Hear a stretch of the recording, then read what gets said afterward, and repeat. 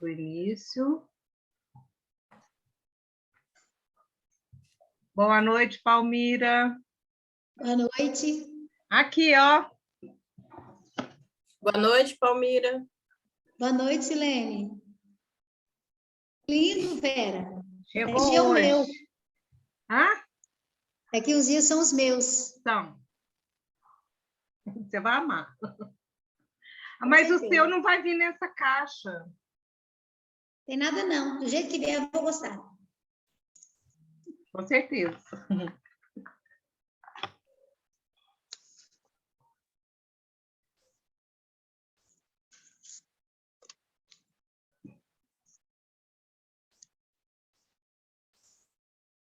Mais nós tivemos, né?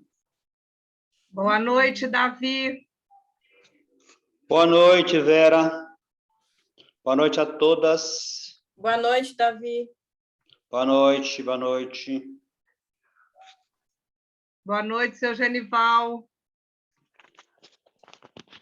Boa noite. A câmera do senhor está fechada. Aí, seu Genival.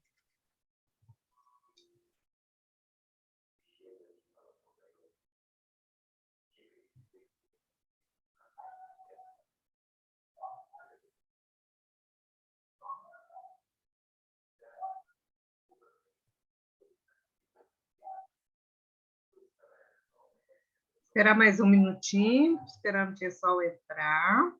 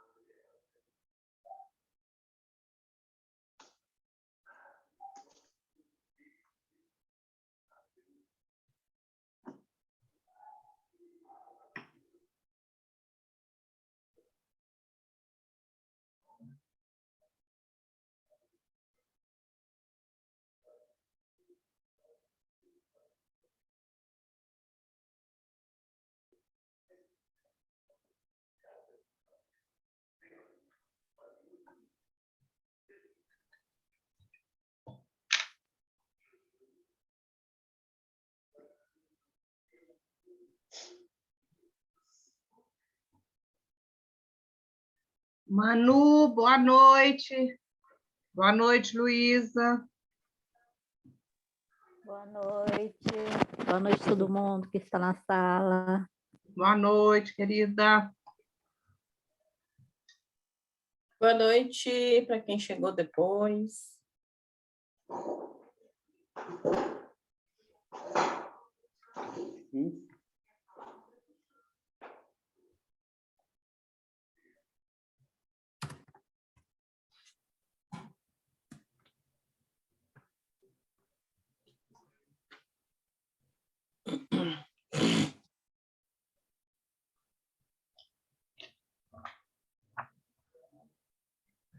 Boa noite, Sandrinha. Está fechado seu áudio, meu amor.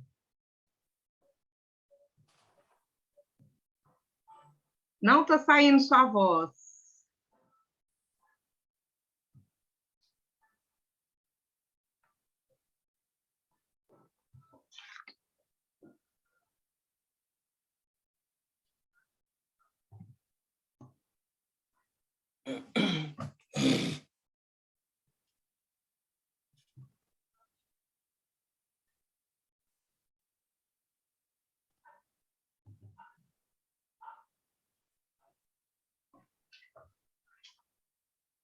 Silene, já é 17, 19 e 7.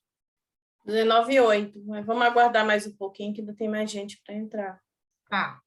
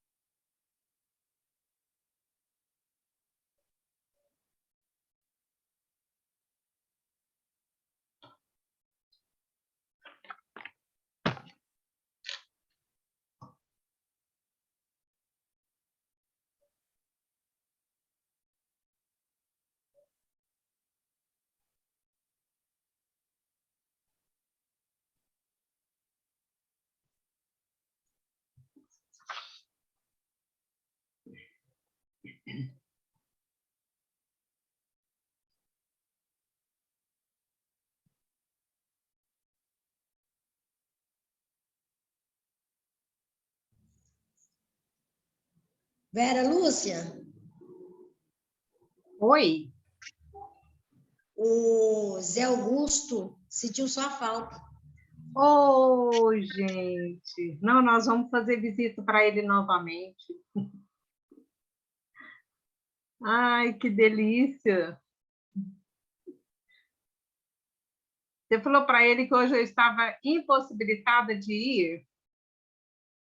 Então, tá, obrigado. Não, mas nós vamos marcar, vamos voltar lá, sim.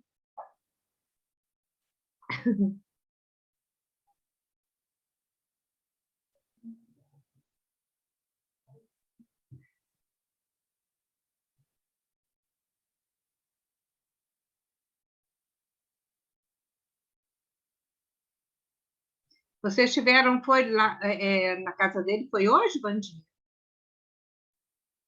Ah, tá.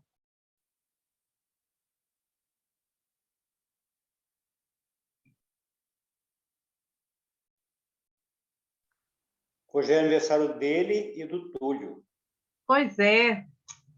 Nossa, vocês conseguiram localizar o Túlio? Não, fomos lá, só os cachorros lá, a maldição, a sujeira lá na porta. Não conseguimos. Infelizmente. Vera, Oi. dá uma olhadinha no seu WhatsApp, que eu mandei um vídeo para você. Ah, tá.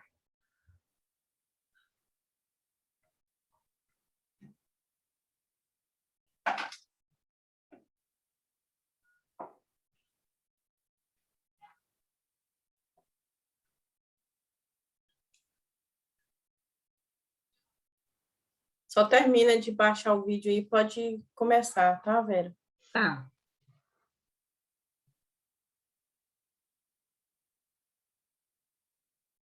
Deixa eu entrar aqui. Sandrinha está entrando novamente.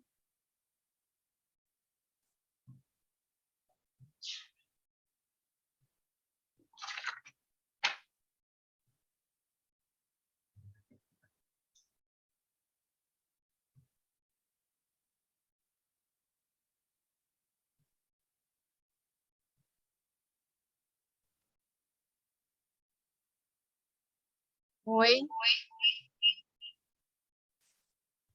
Oi, Sandrinha. boa noite, gente. Agora sim. Tá dando eco aqui. Você está em dois locais ao mesmo tempo, você tem que sair de um. Ah, eu vou entrar porque eu queria ficar no computador. Eu queria que a tela é melhor para a gente enxergar. Mas eu estou conseguindo. Desliga o áudio do celular aí para a gente ver. E fala no computador.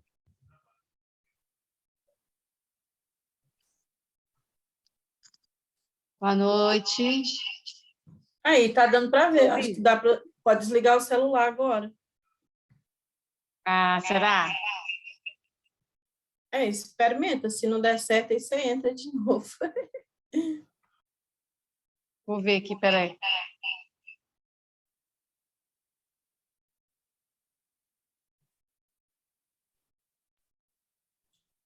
Não está dando, não. Tem um local que você ativa o áudio no computador.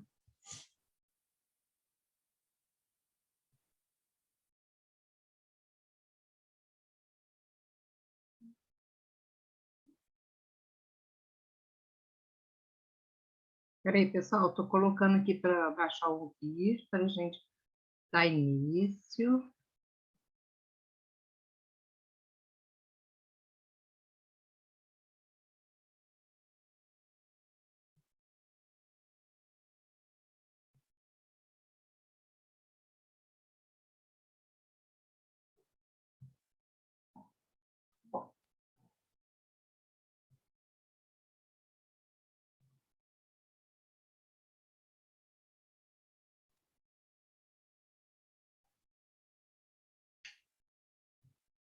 Boa noite.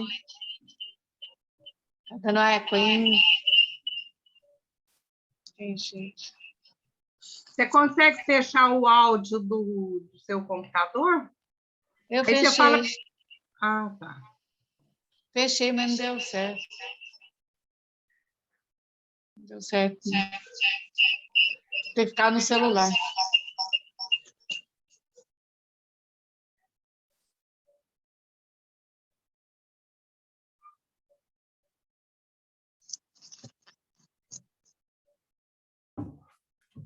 Pode começar, Vera. Tá. Ele não deu para... Não permitiu abaixar ele, não, mas aí eu vou colocar ele lá no site, do site mesmo. Só na hora que o pessoal estiver fazendo a atividadezinha que eu vou passar para relaxar a música. Tá. Ai, eu amo esse vídeo. Então, vamos lá, né? Boa noite a todos. Sejam muito bem-vindos ao nosso encontro da Academia da Magia da Leitura, da data de hoje, do dia 13/4. Nosso tema de hoje é sobre a leitura de mensagens e relatos.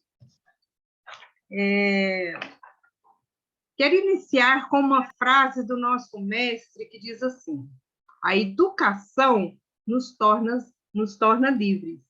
É por meio da educação que nos libertamos da impotência, da falta de segurança sobre nós mesmos. O indivíduo que foi liberado de dúvidas, que aprendeu a confiar em si mesmo, é naturalmente capaz de acreditar na capacidade latente do outro. A educação nos permite olhar para além das diferenças superficiais, de perceber a grandeza da terra e a grandeza do mar, da vida que sustenta todos nós. Essa frase é de Taisaki Keto. E para darmos início, né, eu vou fazer a leitura do diário de bordo, né, da aula passada. Tivemos como apresentadora, palavras de boas-vindas e diário de bordo, a senhora Franciele, que nos apresentou a evolução da aula realizada dia 8/4 de 2022. Franciele lê um trecho da Nova Revolução Mundo. Logo após, a vivência literária do Livro do Coração iniciou comigo, Vera, que apresentei um vídeo sobre a importância da comunicação no ambiente de trabalho. E apresentei, após o vídeo, um PowerPoint referente ao vídeo, sobre a comunicação. E dando continuidade, Rose Carla falou do Livro do Coração, que foi uma literatura infantil, com o título de O Sentido da Vida. Em seguida, no Momento BS, foi com a senhora Terezinha. E na oficina, quem fez foi nossa companheira Silene, onde ela apresentou alguns vídeos, sendo que o primeiro foi sobre a primeira impressão é a que fica. Os alunos tiveram uma dinâmica após os vídeos. Após o final da oficina, a senhora Elizabeth fez o incentivo. Para finalizar, foi registrado o momento, né, com a foto, E logo após, tivemos as palavras de agradecimento com o senhor Genivaldo. Muito obrigada. E dando continuidade, seguiremos com a nossa programação. Silene, você já quer que repasse o vídeo? O vídeo 1, né? Deixa eu abrir ele aqui.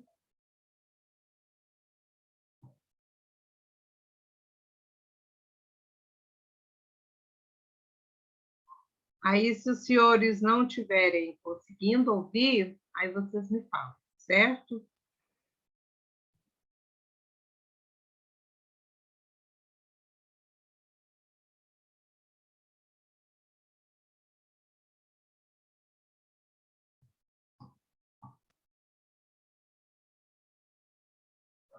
Lidar com o medo é sempre muito complicado porque ele provoca sentimentos e sensações nada agradáveis. Eu sou o Renato Avanzi da Uidux e vou te mostrar como lidar com o medo de falar em público e algumas dicas que podem te ajudar muito a controlar isso. Alguns medos existem porque eles nascem de situações ameaçadoras. Pode ser medo de um penhasco, do revólver de um assaltante, de uma velocidade altíssima sem proteção alguma. São coisas que a situação te leva a sentir medo. E nestes casos, é ótimo que você sinta medo, porque ele vai te salvar. Ele cria um instinto de preservação. Você não se arrisca desnecessariamente. Mas há outros que são criados dentro de nós. Por exemplo, medo do escuro. O que é que justifica ter medo do escuro? Quer ver outra coisa? Medo do homem do saco. Isso, quando criança, você ouve demais. O medo, por exemplo, de perder o emprego. Você diz, bom, é claro, eu vou ficar sem dinheiro. Mas você vai viver com este medo? É um medo criado, você perde esse emprego, arruma outro. Isso é muito importante que você faça a diferenciação daquilo que é um medo real e daquilo que é um medo criado. Entre os medos criados em nós está o medo das apresentações em público. Já parou para pensar? Por que ele nos assusta tanto? Por que é tão grandioso este medo? Afinal de contas, apresentar-se em público não tem os dentes de um tubarão, não é um abismo sem fim, não tem a bala de um revólver que vai te ferir. Então, por que é que nós crescemos com um medo incrível de fazer apresentações em público? A explicação está no campo das emoções e no medo que nós temos do julgamento das outras pessoas. Você não tem medo de ficar falando para você mesmo trancado no seu quarto. No entanto, ao se apresentar para as outras pessoas, vem um medo incrível. O que é que elas vão pensar a meu respeito? O que é que essas pessoas vão dizer de mim amanhã ou depois? Será que elas vão gostar do meu conteúdo? Será que elas vão me aprovar? Será que depois de falar dentro da empresa, eu ainda serei merecedor de uma nova oportunidade? Tudo isso fica na nossa cabeça, mexe com o nosso emocional e gera um medo muito maior do que ele realmente é. Para perder o medo de falar em público, a primeira coisa que você precisa colocar na sua cabeça é: e daí para o que os outros pensam?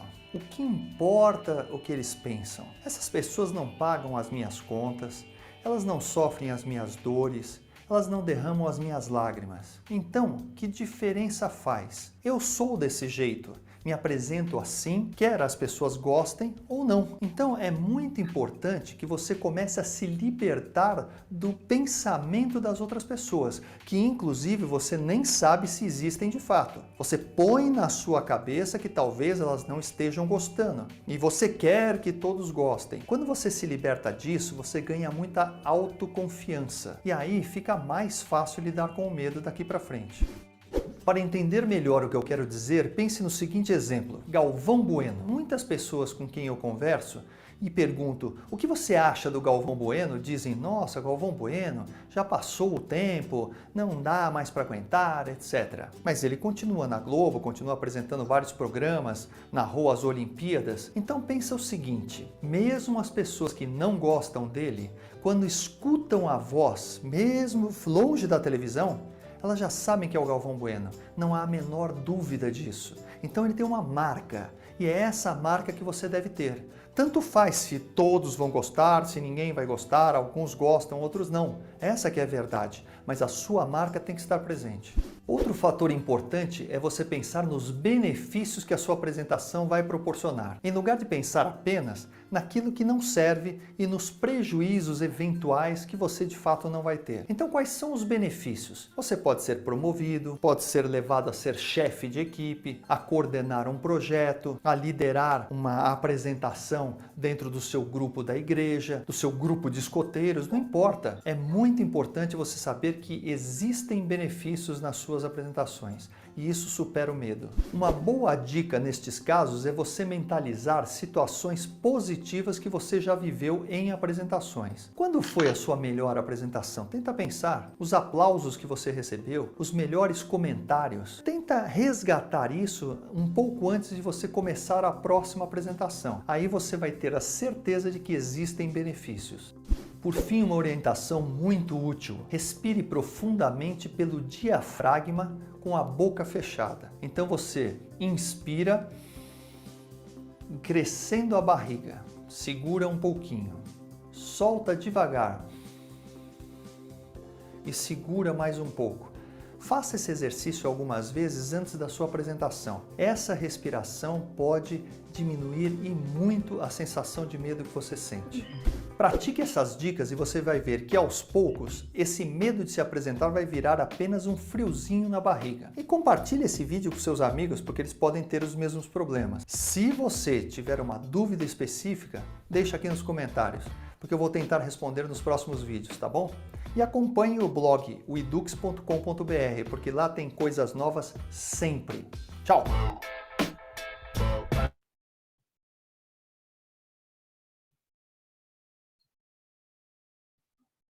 Muito bom, né, pessoal? E Que legal, agora? vou falar muito agora, vou falar muito agora. E agora teremos o nosso momento literário com a jovem Franciele. É com você, Fran. Boa noite, meninas e meninos. Então, vamos lá. Deixa eu abrir aqui, peraí só um momento.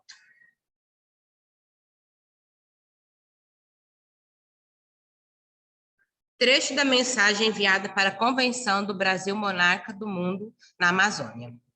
A BSGI é minha vida. Meu mestre Jossei Toda bradou resolutamente: a vida de um covarde é infeliz. Ao contrário, felizes são aqueles que vivem até o fim com bravura. A pessoa de coragem é a maior vitoriosa. A coragem pulsa na sinceridade. A coragem vibra na paixão. A coragem brilha na dedicação. Por favor, peço-lhes que sejam para sempre pessoas de coragem que desbravam uma vida de vitórias por meio da espada da convicção e da sinceridade. Hoje é o dia do descortinar da nova e verdadeira era do Conselho Rufo do Brasil, visando o auspicioso centenário da Soka Gakkai. Construam em meu lugar a Soka Gakkai da Força Jovem Brasileira. A vocês da divisão dos jovens, que são os leões sucessores e o sol da esperança, confio-lhes o futuro da BSGI.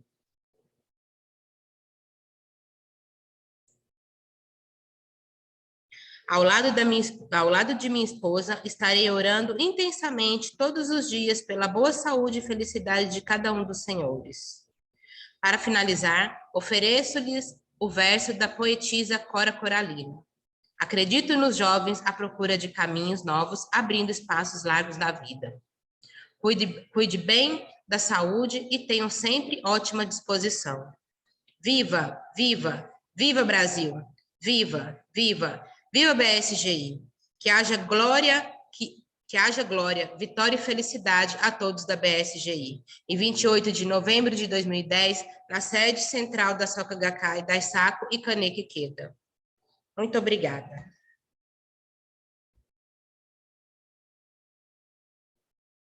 Parabéns, Fran. Muito obrigada.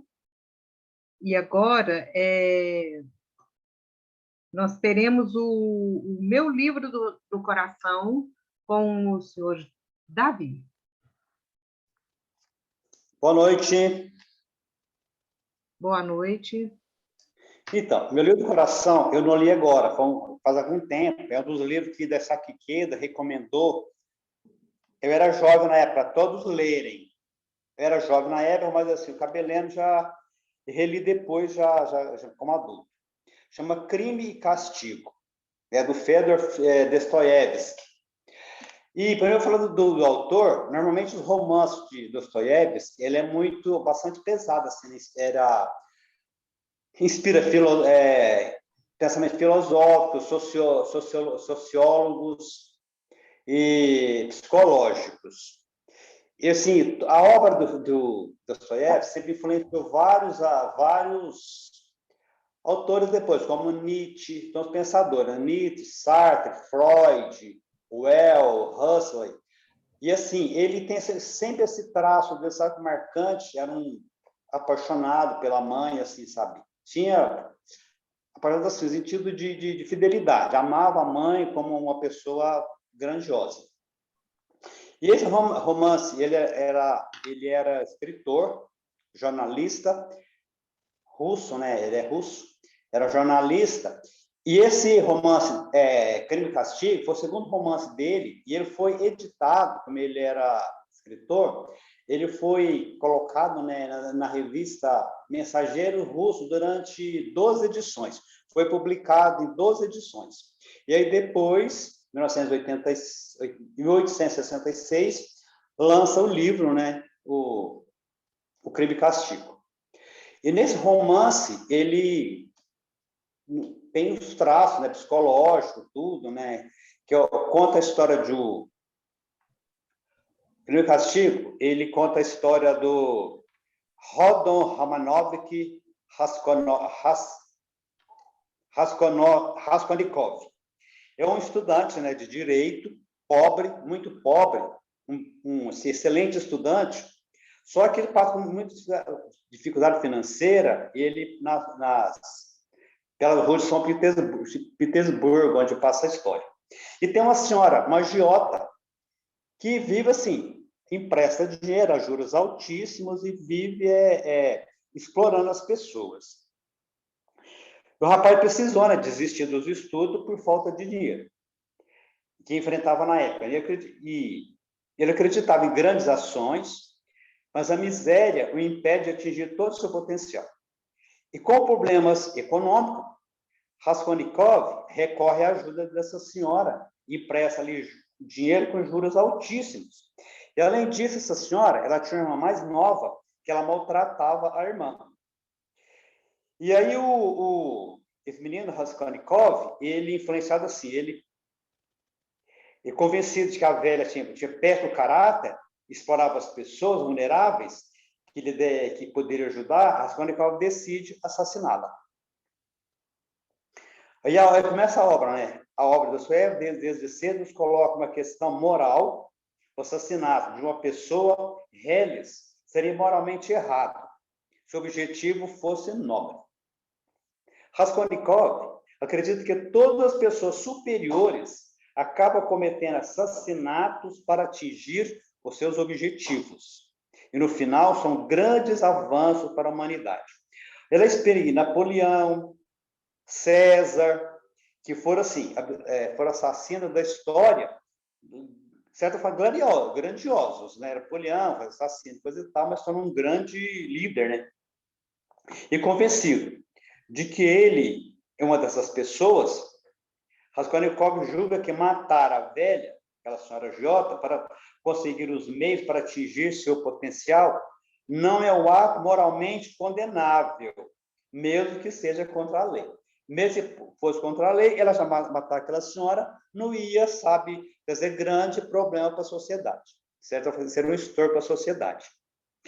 E ele passa, então, a planejar o assassinato, sendo que uma das suas maiores preocupações o efeito psicológico que esse poderia lhe causar. O ex-estudante acredita que durante ou depois do assassinato, ele, por ser acometido por uma espécie de remorso, como se fosse uma doença. Mas ele vai assassinar a senhora lá, só que durante o assassinato, ele comete outro assassinato, né? A irmã da senhora, que ele quis, de certa forma, defender, ela vê ele matando a outra mulher e acaba matando ela também. Acaba sendo um assassinato duplo. E aí passa toda a história, ninguém suspeita dele, por ser um menino assim, não tinha nenhum passado criminoso, então ninguém acreditava que fosse ele. Mas começa a investigar, mas sabendo que já acreditando que não fosse ele.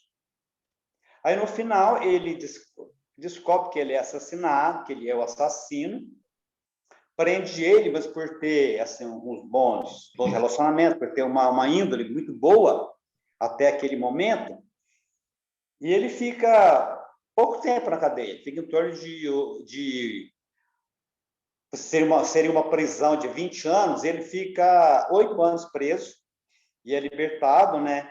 E assim, o que é o crime e castigo?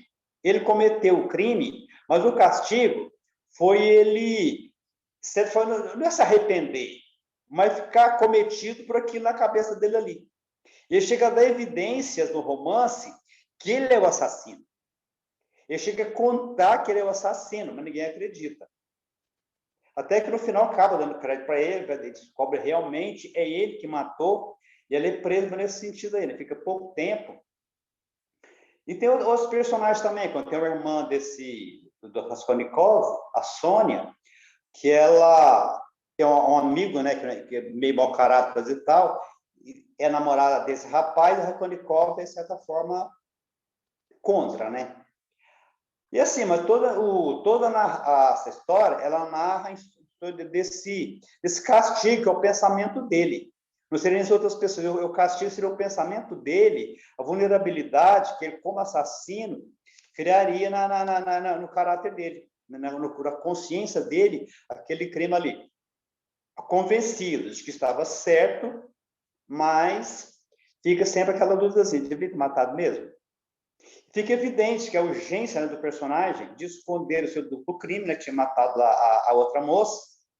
No romance, abre espaço para um verdadeiro levantamento profundo de questões filosóficas, morais e sociais acerca de um crime. Porque, afinal, todo crime, né, merece um castigo. E o castigo dele é dele se...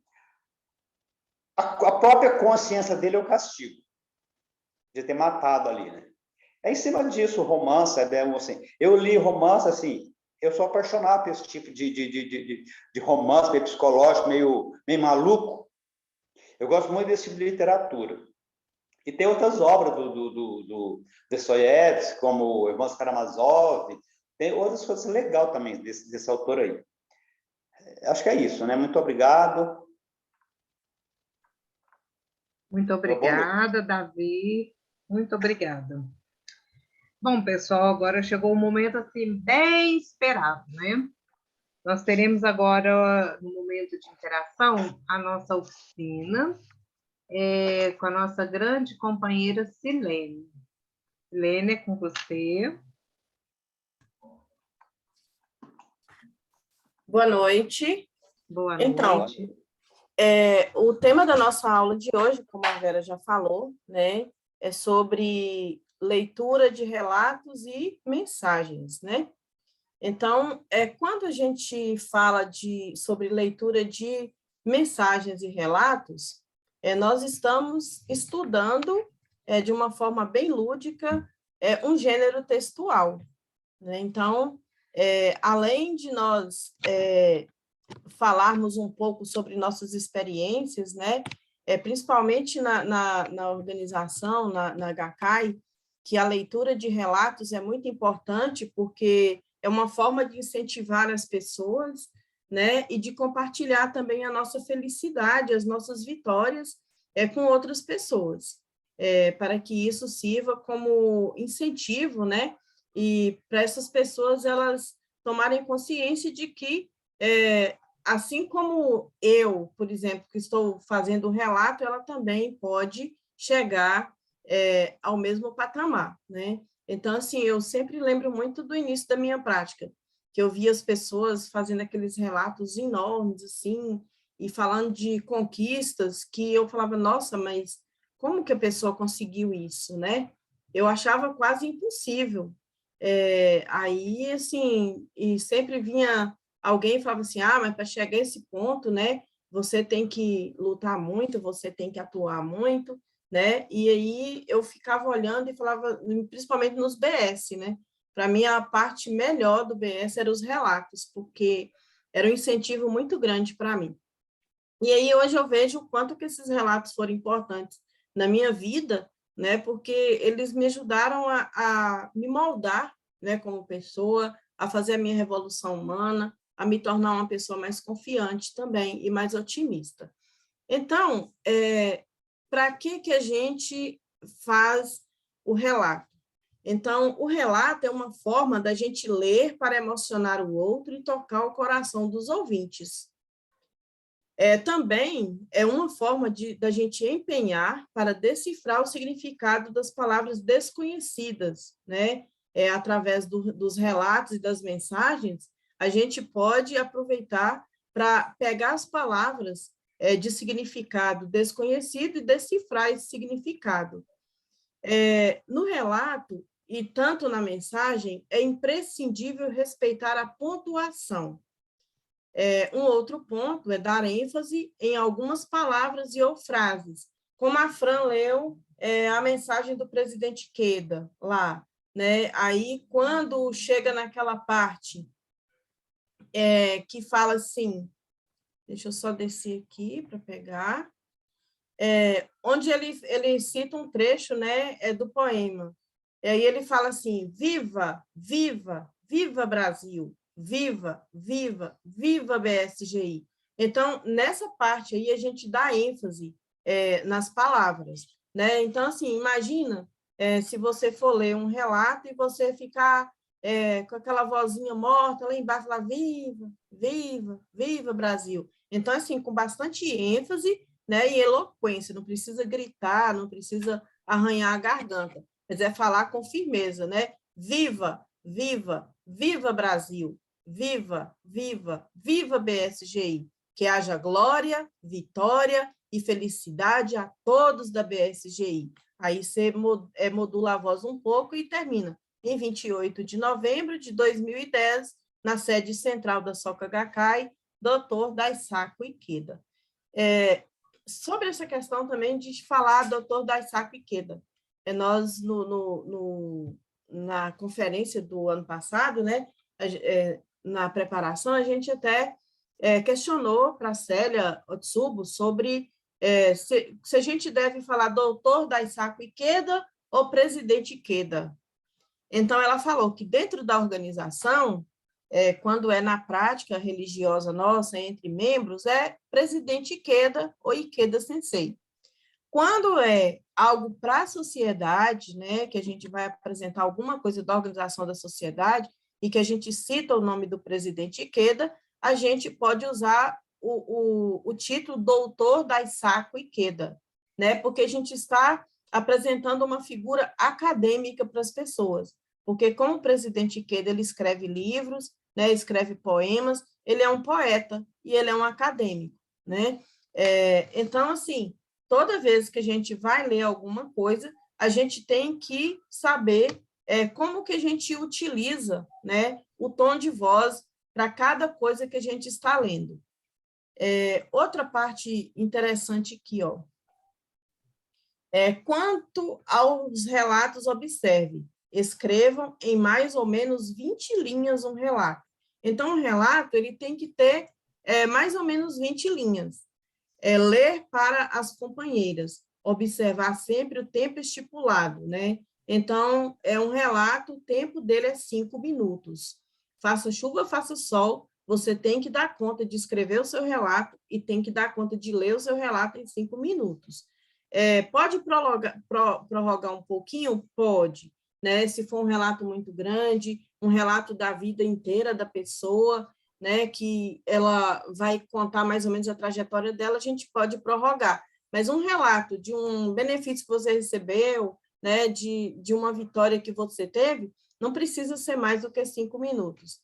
e não esqueça de ser objetivo e claro. Então, quando a gente vai fazer um relato, a gente não tem que ficar dando voltas, né? Não precisa ficar repetindo as coisas, amassando barro ali no mesmo lugar. E outra coisa também, é relato. Não é para você ficar fazendo palavra de incentivo, não é para você ficar explanando matéria através do seu relato. No relato, a gente pode colocar uma frase do presidente Queda no início e pode encerrar o relato também com uma frase, né, do presidente Queda no final. Mas, se você colocar somente frase do presidente Queda, vai deixar de ser um relato, porque relato é algo pessoal, é algo que você está falando da sua experiência de vida, né?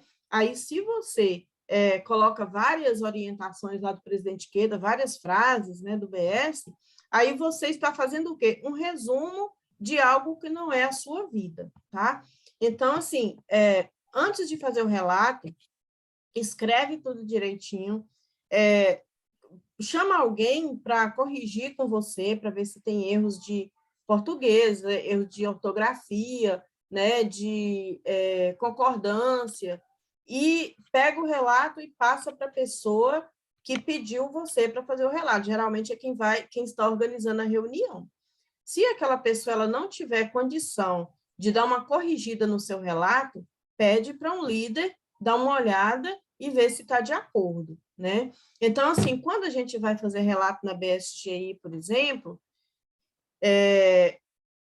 eles pegam a gente e leva para uma sala, né, depois da atividade lá à noite, e repassa tudo com a gente, né? Uma pessoa vai fazendo a correção e fala, isso aqui não está bom, então a gente pode tirar, aí vamos tirar. Isso aqui não está de acordo com o objetivo da atividade, porque quando é atividade voltada para a SEDUC, o nosso relato tem que ser de experiência de vida dentro da SEDUC.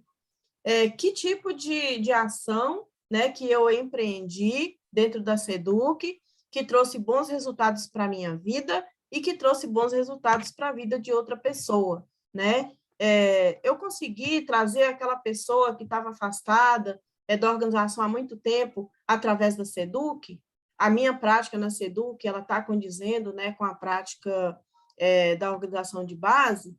Então, é tudo isso que a gente tem que olhar quando vai fazer o relato, tá? E também não colocar fatos muito pessoais, porque tem gente que vai fazer o relato, ao invés de fazer um relato, fica contando caos.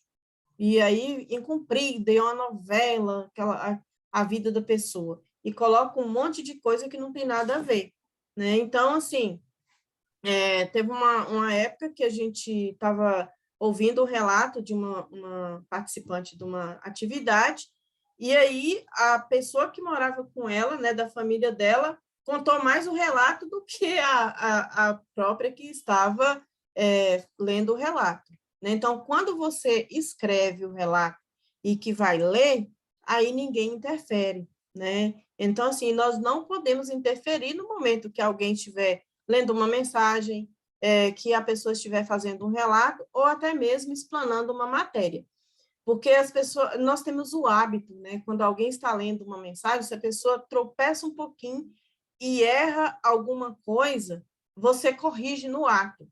Deixa a pessoa, senão você vai constranger a pessoa. Aí a pessoa fica traumatizada e nunca mais ela vai querer fazer uma leitura, né? Nunca mais ela vai querer fazer nada. A gente pensa que traumatiza só criança, mas adulto também fica envergonhado e aí nunca mais ele vai querer fazer nada. Então, é algo assim, bem estimulante, né? Que a gente vai incentivar a pessoa, igual nós fazemos nas aulas da magia da leitura, onde a gente pega o erro e transforma ele em acerto, né? Pega a dificuldade da pessoa e transforma ela em quê? Em vitória para a vida da pessoa, tá? Deixa eu ver outro tópico aqui. Então, aqui eu falei sobre não se esquecer de ser objetivo e claro, né? Então, o relato ele tem que ter princípio, meio e fim. A pessoa tem que ir direto ao ponto e não se esquecer, né, dos pontos principais do relato. Aí, agora, a Vera vai passar um videozinho para nós.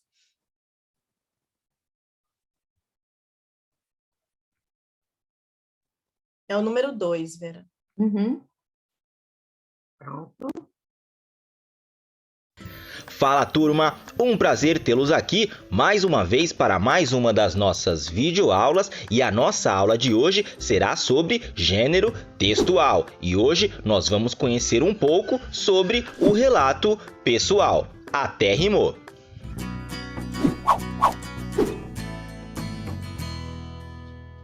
Muito bem, turma. Então vamos conhecer um pouco sobre o relato pessoal. E, turma, o relato pessoal é uma modalidade de texto onde existe a narração de fatos reais que foram vivenciados por uma pessoa, e é por isso que se chama relato pessoal. E, turma, o relato pessoal, ele pode ser verbal, que é quando nós falamos a respeito desses fatos que aconteceram conosco, mas ele também pode ser escrito, que é quando nós escrevemos sobre esses fatos. O relato pessoal pode narrar tanto fatos positivos, ou seja, fatos que foram bons para nós, mas ele também pode narrar fatos negativos, fatos e acontecimentos que não foram tão bons assim ou que, na verdade, foram até bem ruins. Uma outra característica do relato pessoal é que nós conseguimos sentir ou perceber as emoções e sentimentos que são expressos pelo narrador, pela pessoa que está nos contando. E para nós entendermos isso um pouco melhor, eu trouxe aqui um exemplo de relato pessoal. Vamos acompanhar a leitura juntos. Certa vez, fui ao estádio de futebol com o meu pai, ver o meu time jogar a final do campeonato. No último minuto de jogo, meu time conseguiu fazer um gol inacreditável. A torcida foi à loucura. Uns choravam de emoção, enquanto outros gritavam sem parar. Eu e meu pai nos abraçamos e começamos a cantar junto com a torcida. Foi muito bom ver o meu time levantando a taça de campeão. Jamais nos esqueceremos desse dia. Muito bem, turma. Então aqui nós temos um exemplo de relato pessoal onde nós conseguimos perceber a emoção que o narrador passava ao relatar os acontecimentos. E nós percebemos que esse relato pessoal é um relato pessoal positivo, pois a pessoa guarda com boas recordações este momento na sua cabeça. E, turma, o relato pessoal também pode ser descritivo, ou seja, ele pode ser apresentado descrevendo fatos reais sobre a vida de alguma pessoa. Vamos ver um exemplo.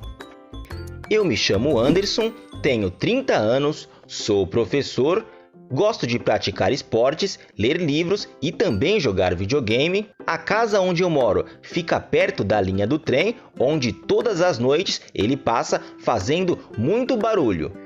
Com o passar do tempo, eu acabei me acostumando e, apesar disso, eu gosto muito do local onde eu moro. Muito bem, turma, então aqui nós temos mais um exemplo de relato pessoal. E esse relato pessoal, como vocês bem puderam ver, é um relato que é descritivo, pois eu faço a descrição de relatos pessoais que são vivenciados por mim. Então essa foi a nossa aula de hoje sobre relato pessoal e eu gostaria muito que vocês colocassem nos comentários algum fato que você já vivenciou que você jamais vai esquecer. Ou seja, coloque nos comentários um relato pessoal sobre a vida de vocês. Muito bem, turma, então nós ficamos por aqui. Essa foi a nossa videoaula. Eu encontro vocês em uma próxima oportunidade e até lá!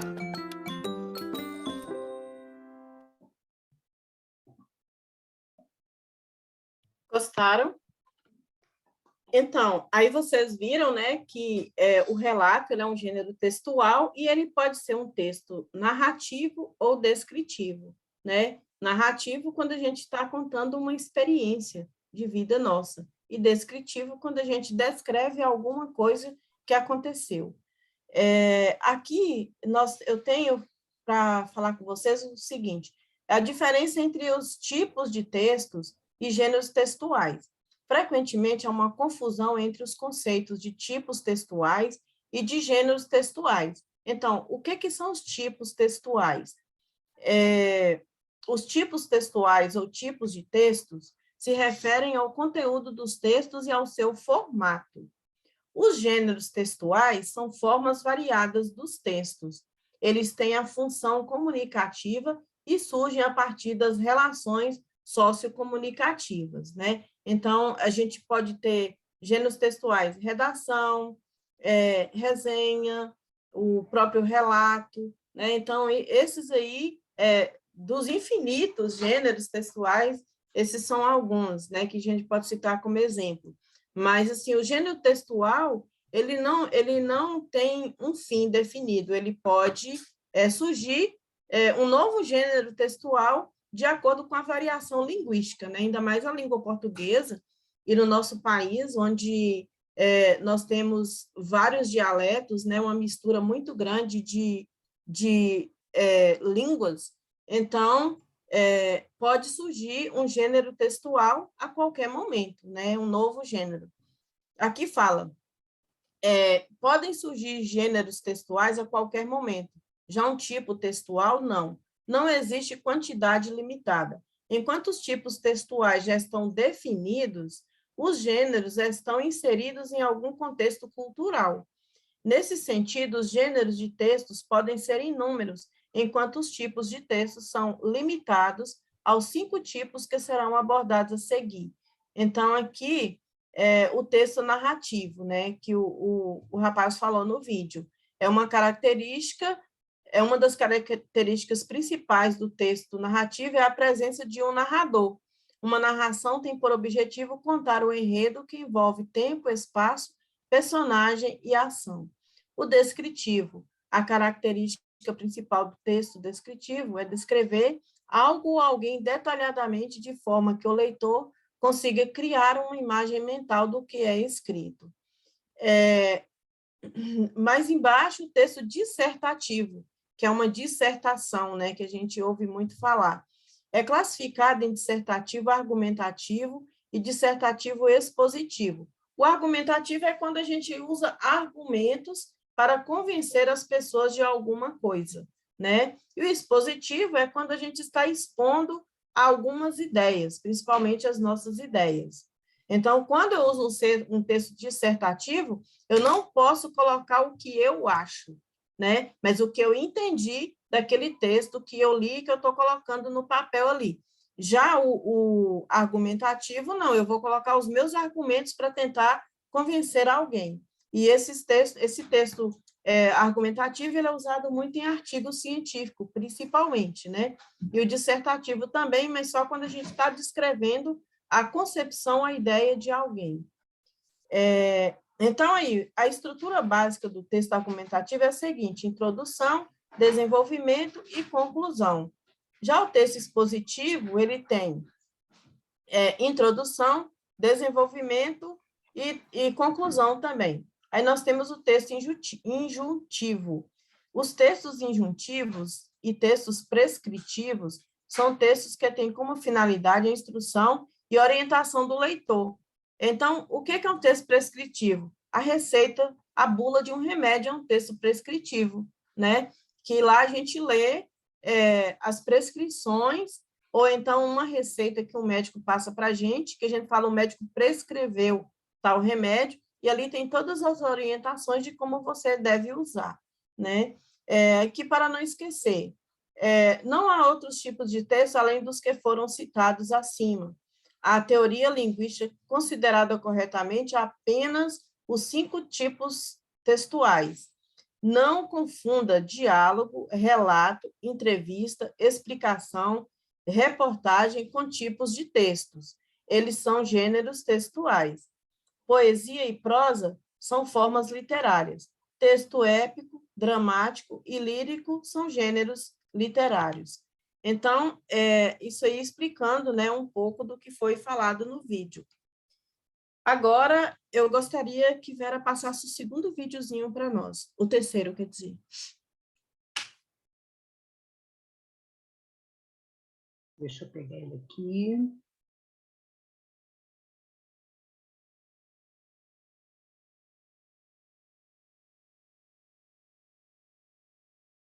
Pessoal, tá dando para ouvir bem os vídeos? Ah, tá.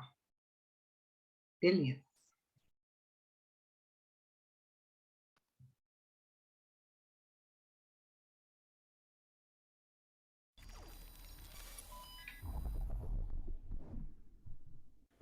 Os sábios falam porque têm algo a dizer. Os tolos falam porque precisam dizer alguma coisa. Platão. As palavras ou frases que falamos podem ser interpretadas de 4 maneiras: positiva, negativa, neutra ou pouco clara. A inteligência de uma pessoa não é medida apenas pelo seu grau de estudo, pelos seus diplomas ou pelo seu poder de raciocínio. É preciso levar em conta também a sua inteligência emocional. As pessoas inteligentes e emocionalmente maduras tendem a falar de modo mais positivo, usando suas palavras para minimizar uma resposta negativa. Mas a verdade é que todos dizemos coisas das quais nos arrependemos. Talvez nossas palavras machuquem profundamente alguém, intencionalmente ou não. E para entendermos um pouco mais sobre atitudes das pessoas inteligentes, precisamos saber o que é inteligência emocional. A inteligência emocional pode ser definida como a capacidade de estar consciente, controlar e expressar as emoções e lidar com relações interpessoais. O nível de inteligência emocional é muitas vezes determinante em como nossas palavras são interpretadas por outras pessoas. Além disso, é esse tipo de inteligência que desempenha o papel predominante na decisão do que dizer e não dizer, e a melhor hora para isso. Existem algumas frases que são como pecados capitais quando ditas, e as pessoas emocionalmente inteligentes não as possuem em seu repertório. A primeira frase que você deve fazer o possível para não dizer é: "Não importa para mim". Quando alguém procura sua opinião, essa pessoa espera um feedback construtivo. E isso não precisa ser dizer exatamente o que a pessoa quer ouvir. Mesmo que você tenha alguma crítica a fazer, faça críticas construtivas com o intuito de fazer a pessoa crescer. Dizer "não importa para mim", de certa forma, sugere que a situação da pessoa não tenha nenhuma importância para você. Em vez disso, esteja ciente da situação da pessoa, demonstre ser uma pessoa empática. Saber ouvir é tão importante quanto saber falar. A segunda coisa que as pessoas emocionalmente inteligentes jamais dizem é: "eu te avisei". Essa frase é realmente uma destruidora de boas relações e está cheia de presunção e superioridade. É verdade que muitas vezes alertamos alguém das consequências de uma determinada ação, e pode ser que essas consequências tenham chegado. Nesse momento, o melhor a se fazer é encontrar uma maneira de interagir com a pessoa que tomou uma decisão ruim ou fez uma má escolha, e não jogar na sua cara o que já está claro sobre as consequências. O fato é que dizer "eu te avisei" quando alguém comete um erro pode gerar uma instabilidade emocional muito grande e você pode fazer com que essa pessoa crie certos traumas quando tiver que tomar decisões importantes na vida. Além disso, é preciso reconhecer que talvez a pessoa precise de alguma ajuda que não podemos fornecer naquele momento. Então considere suas opções e haja inteligentemente, para não piorar ainda mais a situação. A terceira frase vai te surpreender, mas pessoas emocionalmente inteligentes nunca dizem "boa sorte". E sabe o motivo? Quando você deseja boa sorte, você está levando o resultado para fora do controle da pessoa, sujeitando o resultado a influências externas. Pense em alguém que estudou o ano inteiro para uma prova, alguém que se empenhou muito. Na hora da prova, não será a sorte que determinará o resultado, mas sim o esforço que ele teve ao longo do ano. Você por acaso já viu alguém treinando para ganhar na loteria? Aposto que não. Pois é, ganhar na loteria, isso sim é sorte. Mas aqui também não precisamos ser rígidos demais. É importante fazer uma ressalva. Essa frase é sutil, muitas vezes bem intencionada por quem a diz. Mas existem frases muito melhores que vão reforçar a confiança de alguém a um grau mais elevado do que a simples noção de sorte.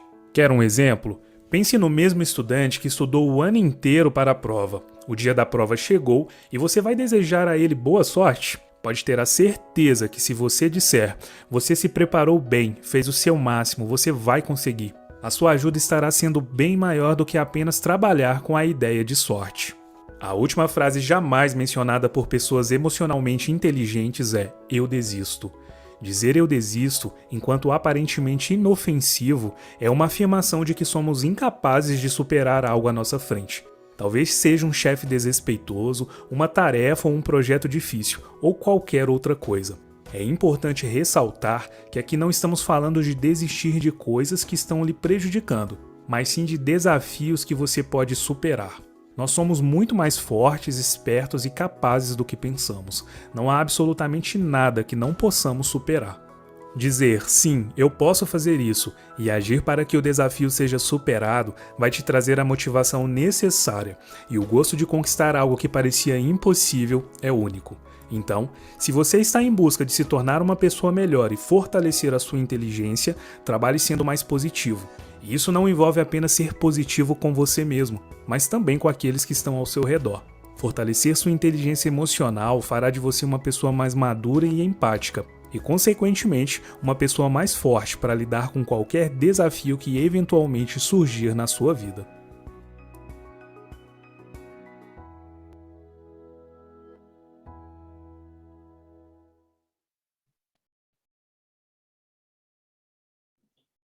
Então, agora vai ser o nosso momento mão na massa. Pega uma folha de papel, uma caneta, e vocês vão ter 5 minutos para escrever um relato de 5 linhas de algo que aconteceu com vocês durante a semana, que foi bastante interessante, né?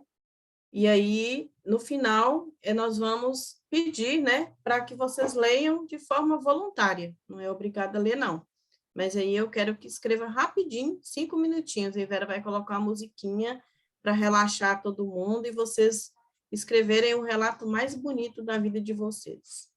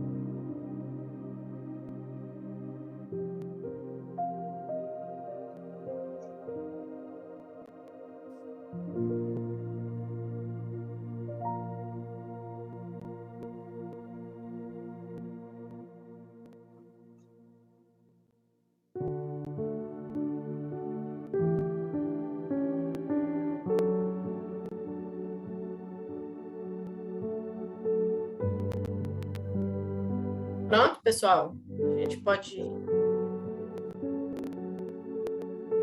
parar a música, Vera. Ok.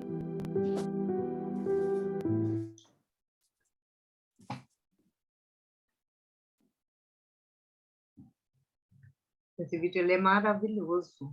O melhor de tudo é a música e o vídeo. É. E aí, quem gostaria de ler o que escreveu? Rapidinho. Posso ler, não sei. Pode, deve. Descritivo, né? Esta semana, resolvi retornar para a academia. Está sendo muito bom. Já sinto meu corpo mais leve, minha respiração está bem melhor. Sinto que meus músculos já começaram a se definir.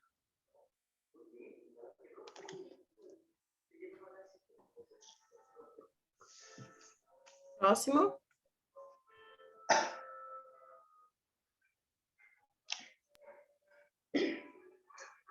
Mais alguém? Pode falar aí, né? Pode, Sandra. Então, essa semana também, né, como o Davi falou, também me aconteceram coisas maravilhosas. Foi uma semana bastante emocionante. Depois de 2 anos sem receber o nosso PS, recebi o meu. Fiquei bastante emocionada. Pude ler o meu PS impresso. Como gosto dele.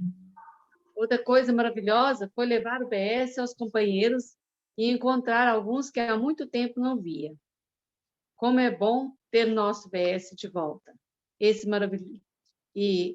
maravilhoso budismo. Gratidão, PSGI, a todos os companheiros por fazer parte da minha vida. Próximo.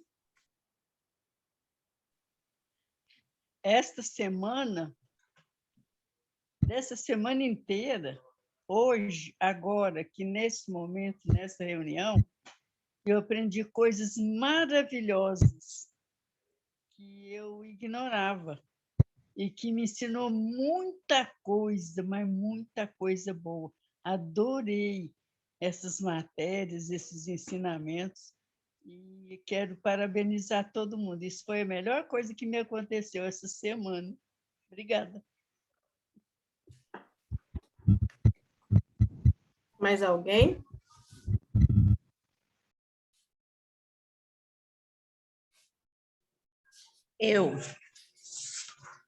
Boa noite, me chamo Franciele. Vou compartilhar um grande benefício. É da semana passada, tá, gente? Dessa semana. Eu tinha uma cirurgia marcada para terça-feira, dia 3. Tudo certo, plano autorizado e tudo mais. E na sexta-feira, dia 29, o plano de saúde negou um dos procedimentos.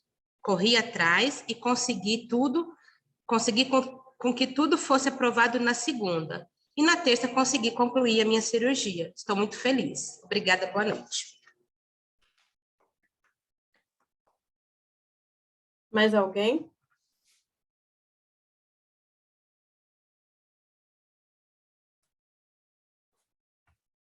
Então, vamos passar para frente. Cadê meu negocinho aqui?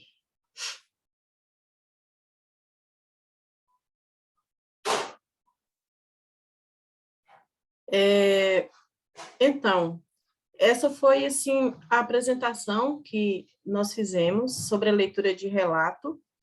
E eu gostaria que alguém que não leu o relato falasse para nós como que foi a experiência, né? O que aprendeu sobre essa questão de fazer um relato e de ler mensagens.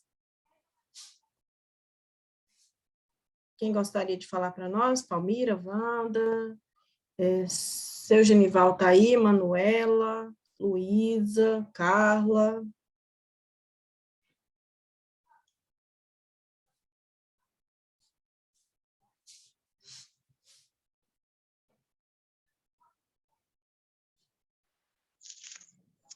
Olá, boa noite. Boa noite.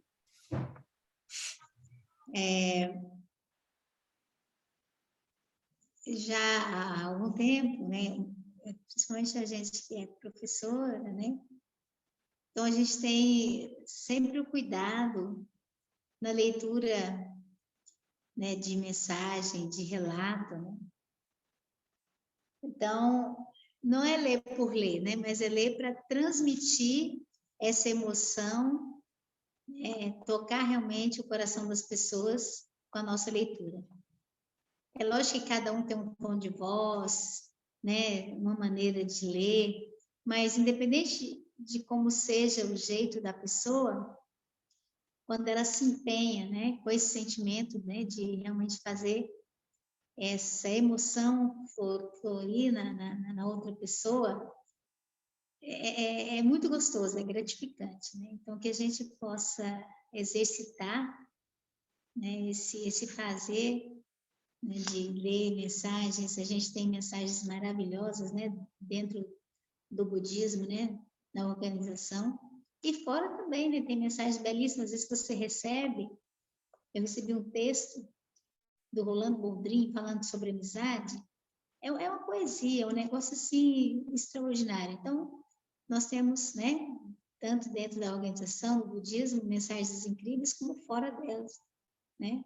A gente gosta muito aqui em casa, de quando recebe as pessoas, sempre ler uma mensagem, qualquer que seja ela, né, de autores brasileiros, que a gente tem tantos maravilhosos, né? Então, isso abre o coração das pessoas, deixa as pessoas mais à vontade, né? Mostra como é o seu coração, como é que você gosta de estar com as pessoas. Então, assim, tem um sentido muito importante, né? E hoje ficou mais claro para a gente essa questão do relato, né? As narrativas, como são feitas. Muito bom. Muito obrigada. Muito obrigada, Palmira. Então, agora, para finalizar, né, a nossa oficina, nós vamos para o último vídeo que a Vera vai passar para nós.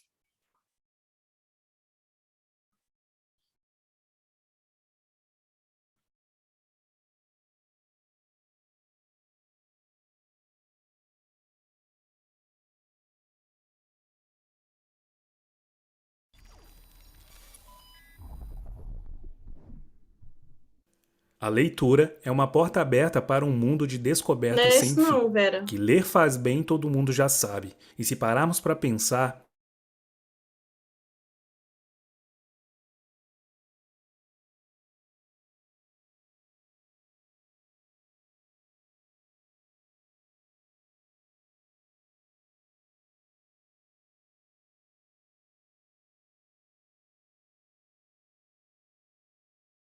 Saiu da ordem aqui.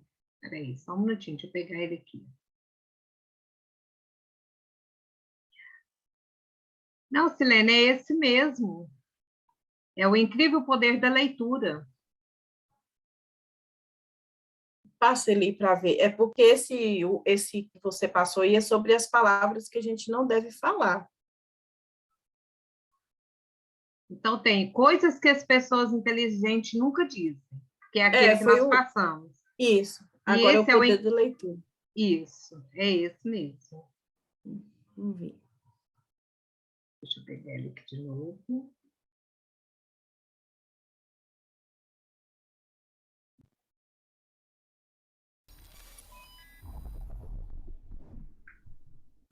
a leitura é uma porta aberta para um mundo de descobertas sem fim. Ah, tá Que certo. ler faz bem porque todo é da mundo já mesma- sabe. E se pararmos Isso. para pensar, estamos lendo o tempo todo placas na rua, bulas de remédio e outras tantas coisas. Só que agora a tecnologia possibilitou que em alguns segundos você possa ler o que desejar na tela do seu celular. A informação hoje é bem mais fácil e acessível do que era há 20 anos atrás. Se você tem mais de 20 anos como eu e viveu a fase onde praticamente não existia internet, vai se lembrar que algumas pessoas passavam na escola vendendo as famosas Barças.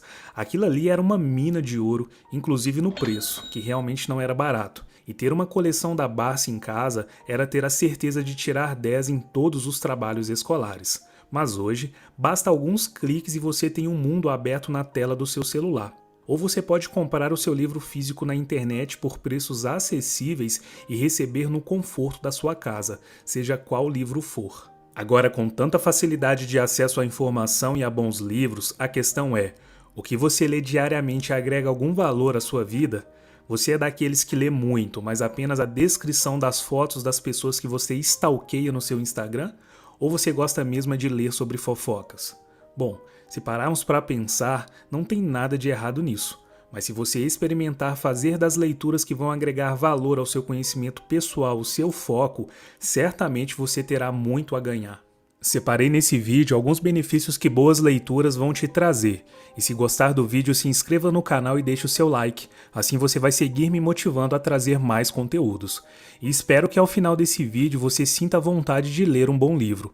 Inclusive vou deixar no primeiro comentário desse vídeo algumas indicações de bons livros para quem desejar. O primeiro benefício da leitura é que ela previne doenças como o Alzheimer. Bom, só esse benefício já seria o suficiente, eu já poderia terminar o vídeo por aqui, porque quem já teve a oportunidade de ver alguém que possui essa doença sabe o quanto ela é triste.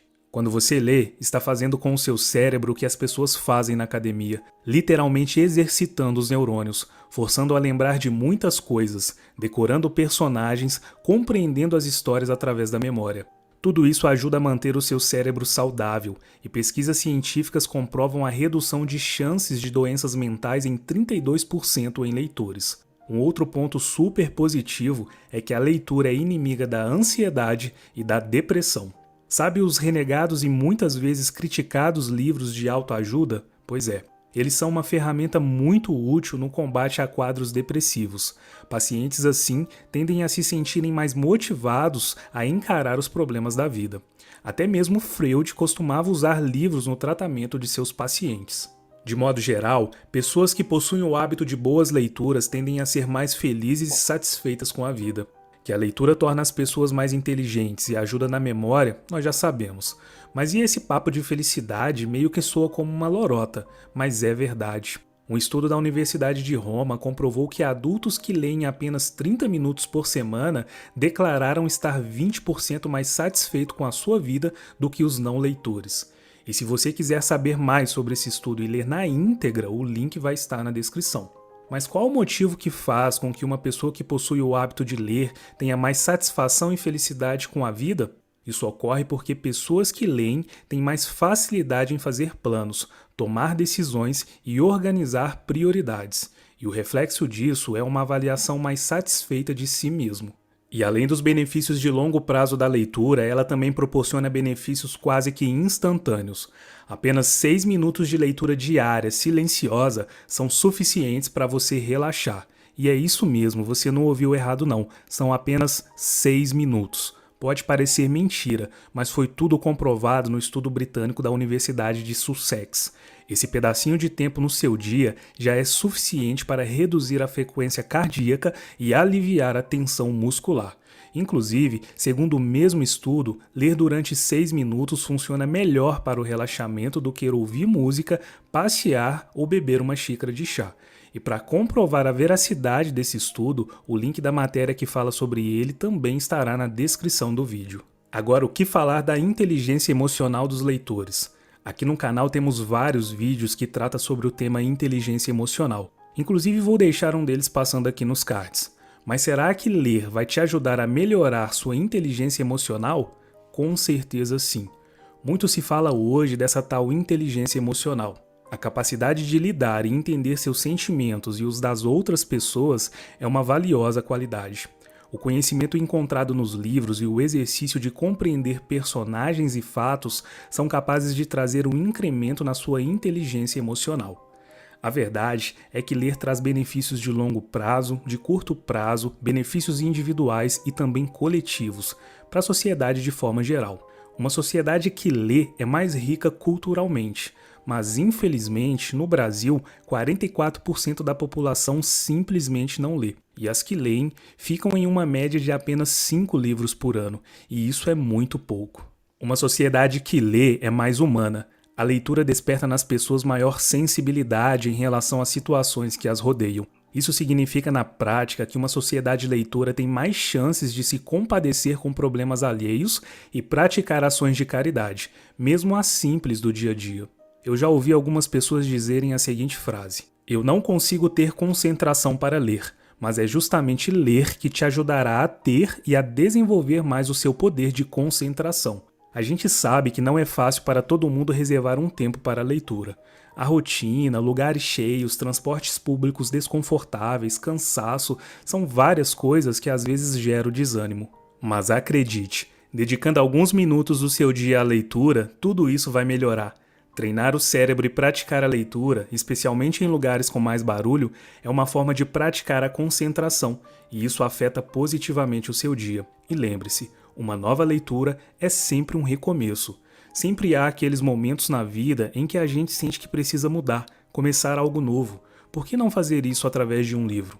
Além das inúmeras possibilidades narrativas que o livro te oferece, as viagens sem sair do lugar e as novas ideias, uma boa leitura também pode te ajudar a pausar aquele momento da sua vida que está muito complicado, possivelmente recomeçando com a cabeça mais limpa e organizada. Fica aqui um incentivo para que você desperte o gosto e o hábito pela leitura. E se você esteve conosco até esse momento, é só deixar nos comentários o seu e-mail que te presentearemos com um livro digital incrível.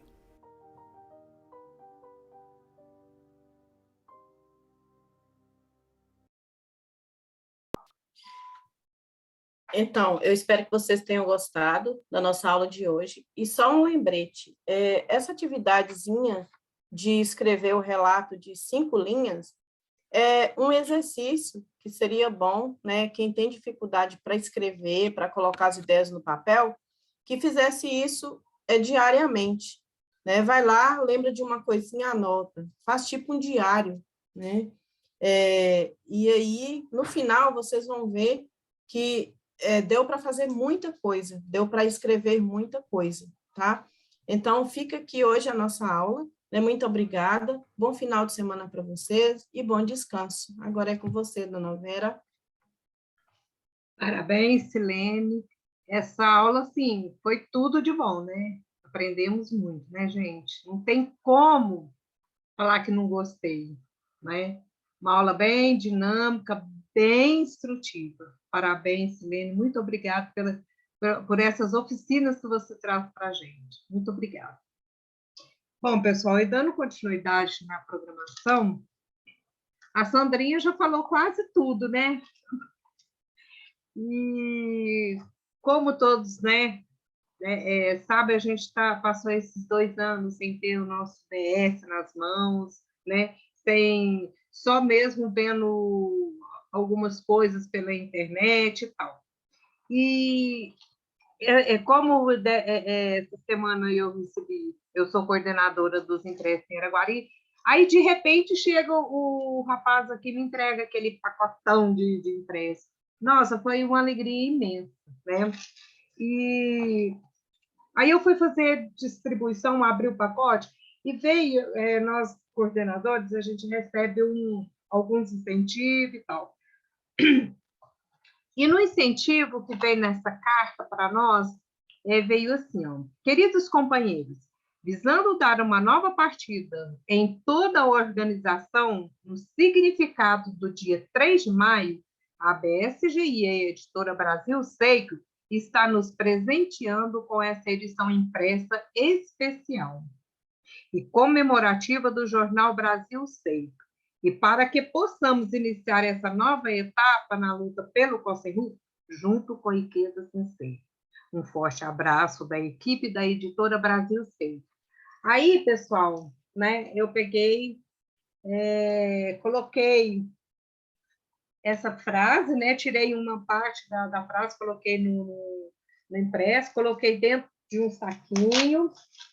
Aí veio, né, não sei se todo mundo recebeu, aí eu botei Editora Brasil Seco para fulano e tal, e usei até luva, esse aqui eu deixei para mostrar.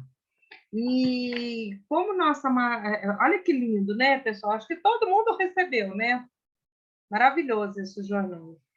E nós saímos, né? Eu, a Wanda, com a Palmira, depois eu e o Davi, então foi assim, maravilhoso. E a gente não deixar de ler, não é só receber, dobrar e guardar e pronto, né? É o presente e tal. Mas, assim, Pessoal, não tem nada melhor do que esse direcionamento na nossa vida, né? Não existe. Tudo que a gente quer, tudo que a gente precisa, tudo que a gente quer saber, está aqui dentro. Inclusive, o que a Silene falou tanto, né, sobre relato. Nós temos o relato aqui que a gente pode pegar por experiência para a gente fazer os nossos relatos, né? Então, aqui nosso presentão, certo? Bom, pessoal, e dando continuidade agora, eu convido a jovem Sandrinha para os incentivos.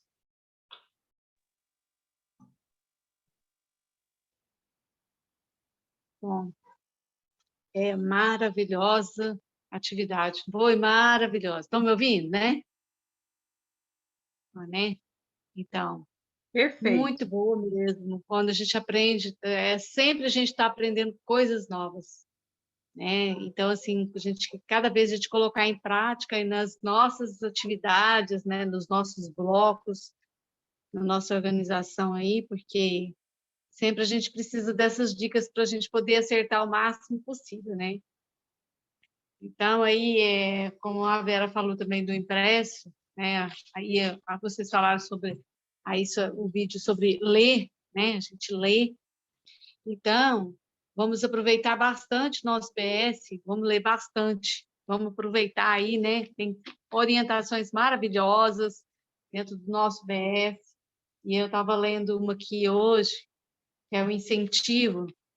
É assim, porque nós praticamos, mas cada dia a gente precisa aprender uma coisa nova para a gente colocar na nossa vida, né? E nessa parte aqui, dentro, aqui, ó, que é uma parte que fala sobre o incentivo, que fala assim: a ação corajosa é o âmago do budismo Nichiren. Aí tem uma frasezinha que fala que é mais fácil encontrar alguém que recite com perfeição cada palavra do Sutra do Lótus do que alguém que haja em exato acordo com os ensinamentos desse sutra, né? Isso aí a gente comprova todo dia na nossa prática, que a gente encontra várias pessoas que recitam, né? Mas que o mais difícil é a pessoa colocar em ação o que está aprendendo, né? Com o Sutra do Lótus, que é a luta pela felicidade das pessoas, porque às vezes as pessoas praticam só para si, elas não praticam para levar a felicidade para as outras pessoas, né? Acho que só praticando, ela sozinha ela vai ser feliz, né?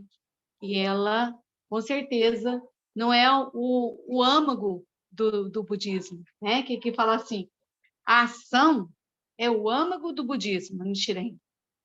A Soka Gakkai se orgulha dos esforços incansáveis que seus membros realizam para concretizar o Koserufo mundial, ultrapassando cada obstáculo ao longo do caminho, em exata conformidade com o Sutra do Lótus e com os ensinos do budismo Nichiren.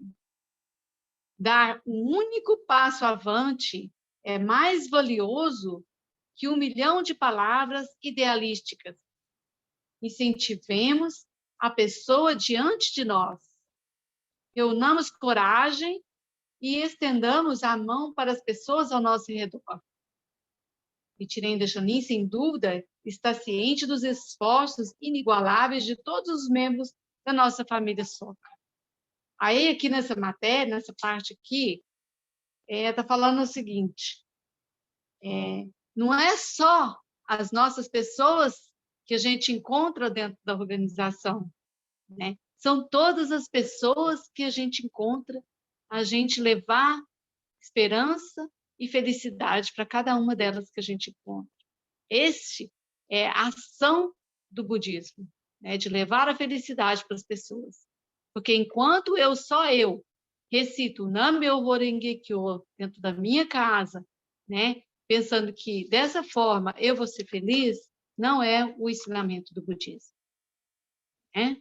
A gente precisa de levar isso para todas as pessoas. É igual essa magia da leitura. Como é maravilhoso a gente estar aqui aprendendo, né? Como eu aprendo toda vez que eu participo eu aprendo demais. Eu tento colocar na minha vida, na minha prática, para poder acertar e ensinar meus companheiros como ser feliz. Né? Então, muito obrigada pela oportunidade de participar hoje com vocês. Né? E uma boa noite, bom final de semana. Obrigada, Sandrinha, muito obrigada, gratidão. Pois é, né, pessoal? Tudo que é bom dura pouco, né, Silene? Infelizmente, nossa aula está chegando ao fim. E eu gostaria de pedir, quem puder, abrir as câmeras, para a gente registrar esse momento hiper, mega importante para nós. A Manuela, a Carla, a Luísa, se quiserem e puderem. Aí, ô Manu, saudade de ver esse rostinho seu, danadinha. Então, vamos lá, pessoal. Vamos registrar o sorrisão de todo mundo. Manu, sua câmera virou. Ela está ao contrário. Aí. 1, 2 e... Sem... Sei. Deixa eu ver se ficou boa. Só um minutinho. Isso. Ficou excelente. Boa noite, pessoal. Até dia 27, que é a nossa próxima aula, tá? Isso. E boa noite, obrigada. Eu gostaria de agradecer a Manuela, né, pela a participação, agradecer todo mundo. Tá bom? Manu, beijo, obrigada, viu, pela sua participação. Boa noite, pessoal. Tchau, pessoal, boa noite, obrigada. Boa noite. Bom final de semana. Obrigada para você também. Tchau, tchau. Beijos. Beijo, Palmira. Davi, beijo. Carla, Luísa, Sandrinha. Tá, boa noite. Boa noite.